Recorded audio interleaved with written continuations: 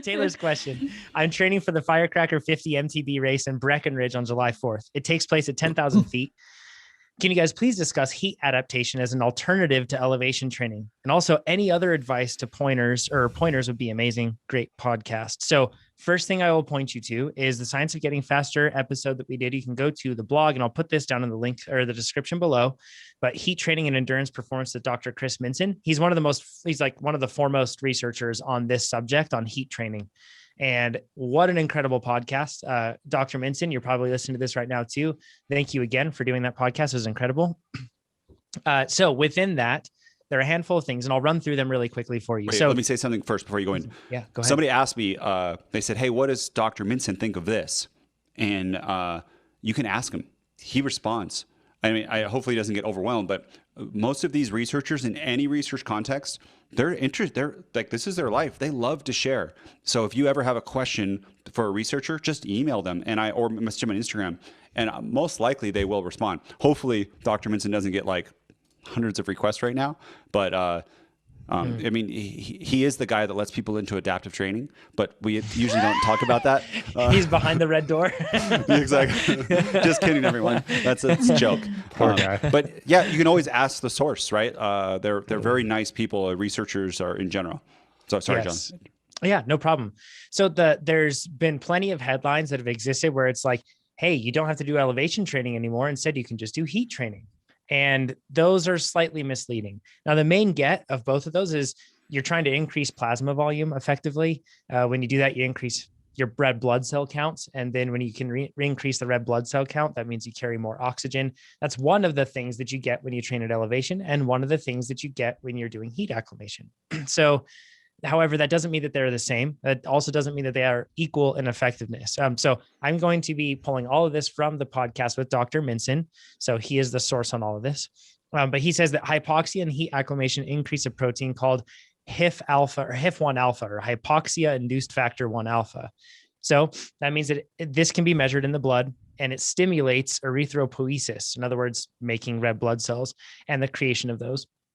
The increase is temporary, which is the tricky part because it's difficult many times to time your peak event with elevation training. So Matthew Vanderpool and his team was just recently up at elevation and they did an elevation block, but his peak event isn't the week after that. They did that, came down from elevation with intent to be able to change because when you're at elevation, things are tough. You can't train as hard and you recover slower.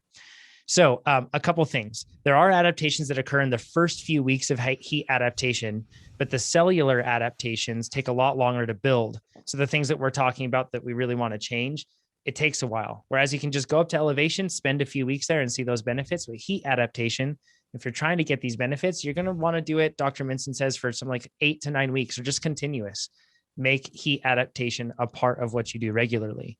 So if you do that consistently, what it will do is it will help your red blood cell count just stay higher year round rather than a short spike. Makes it a little bit more reliable and easy to count on. He also says that while that may not be actively raising the levels, it may just stop your red blood cell count levels from dropping, which is also beneficial. So that's something to consider. So, but as far as it replacing elevation training, no, it can't do that. It's a great complement to it, better than nothing. And Dr. Minson actually said that what he recommends for many of the athletes that he works with is that they do a block at elevation and then they utilize heat training to be able to extend the effects of that elevation block. And if those two things work in concert, you can stretch that out over a time period and get more benefit, which is really cool. And the way that you do that is, and listen to that podcast because you'll get a ton of great pointers, but it's basically heat exposure. It's making sure that your core body temperature raises and it stays elevated for a portion of time, whether that's 20 minutes, whether that's 60 minutes, you work your way up into that. That's what you're going for.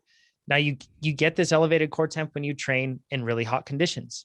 You can get it from going into a really hot bath and like keeping your hands and feet in other spots where you vent heat, keeping that within the hot bath. You can do it in a sauna as well, wet or dry sauna. And there's a whole lot of thought about which one's more effective or less effective. But the point is to raise your core temperature for certain periods of time. When that happens, that's that heat shock protein that then ends up kicking off a lot of these cascading effects that are really beneficial to endurance performance. So that's how you can do it. It will not replace elevation training. So you could heat train all day, every day, and that would be miserable. But if you did that, you wouldn't just show up to 10,000 feet and be like you are a native to that elevation. But it certainly can help. It's probably worth our time, though, to talk a little bit about elevation training in general. And Alex, you have an elevation block that you're planning, or I guess kind of like a couple elevation blocks. How are you planning to use elevation? Because you're doing national championships in Colorado at 10,000 feet or 9,000 feet and Leadville at 10,000 feet this year. So how are you using elevation to prepare for those? Yeah, so I'll do it the old-fashioned way, so to speak. I will be at Copper Mountain, which is at 7,200 feet for 2 weeks leading up to nationals.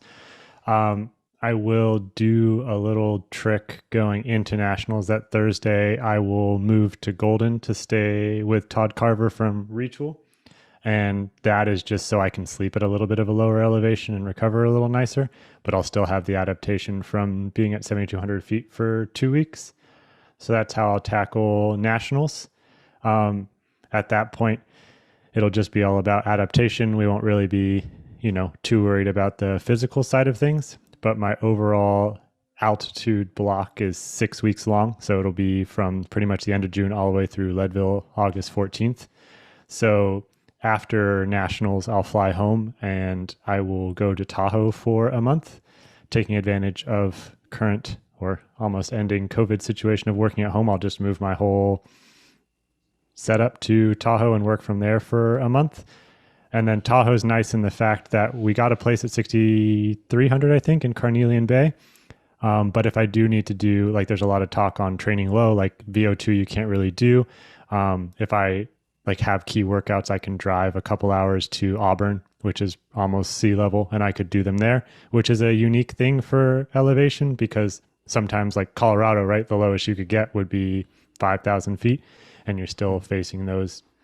So I'll do that for 4 weeks, and I have a couple tune-up races. I'll do the Tahoe Trail 100 again to defend my title from 2019, and then I'm going to do the Leadville stage race with my brother 2 weeks before Leadville.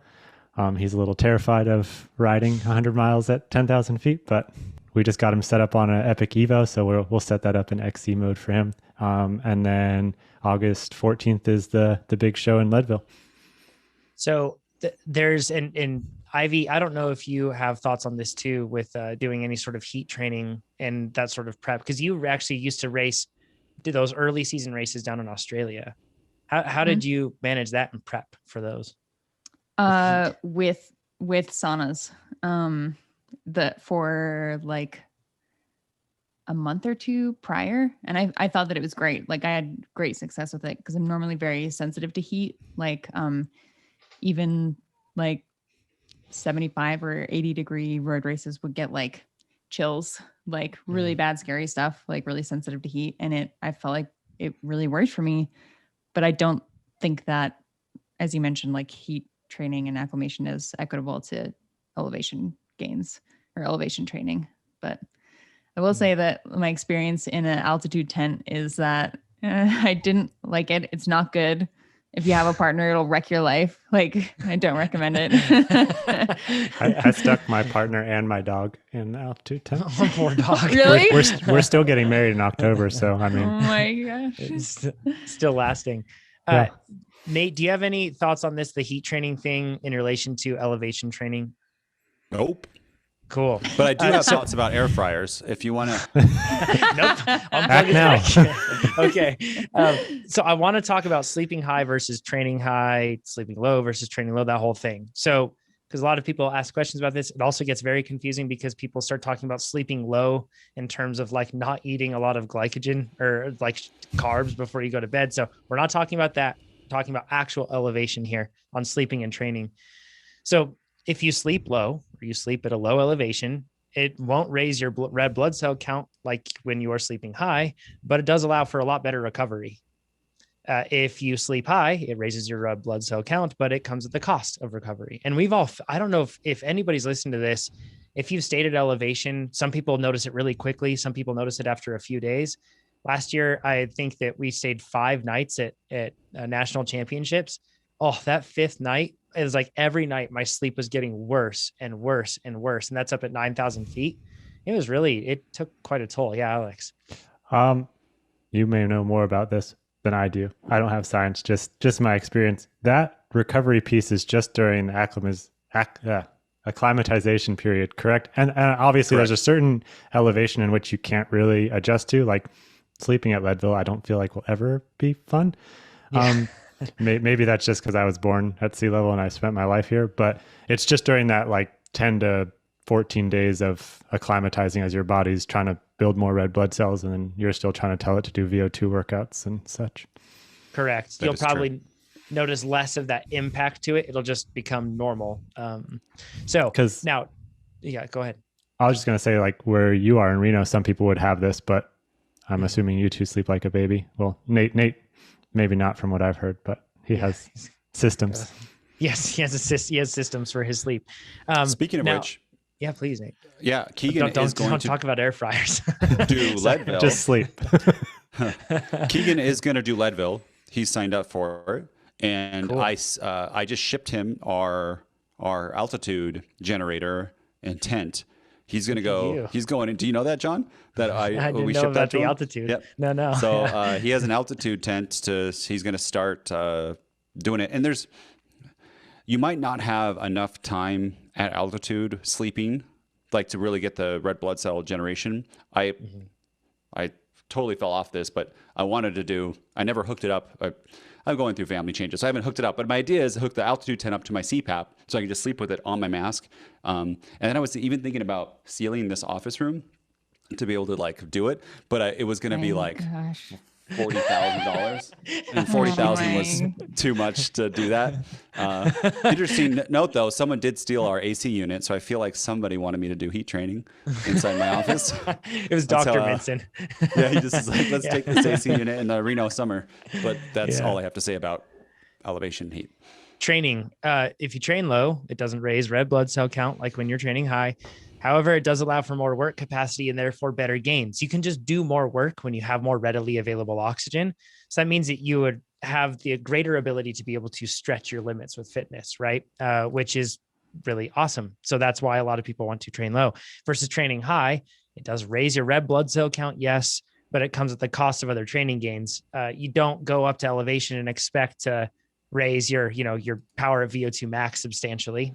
Instead, when you're doing a focused elevation block, you'll probably do a lot of lower intensity training just to be able to get yourself not induce too much fatigue, still get the benefits, still maintain fitness, that sort of a thing, but get the benefits of that higher red blood cell count is what they're looking at. So usually in most cases, you're just looking at accumulating time at that lower intensity. So recapping for you, Taylor, if you don't have access to all of these crazy things of elevation, whether it's traveling to a place or tents or anything else like that, heat acclimatization will help. And it absolutely is something that you should do. Yeah, it's hard.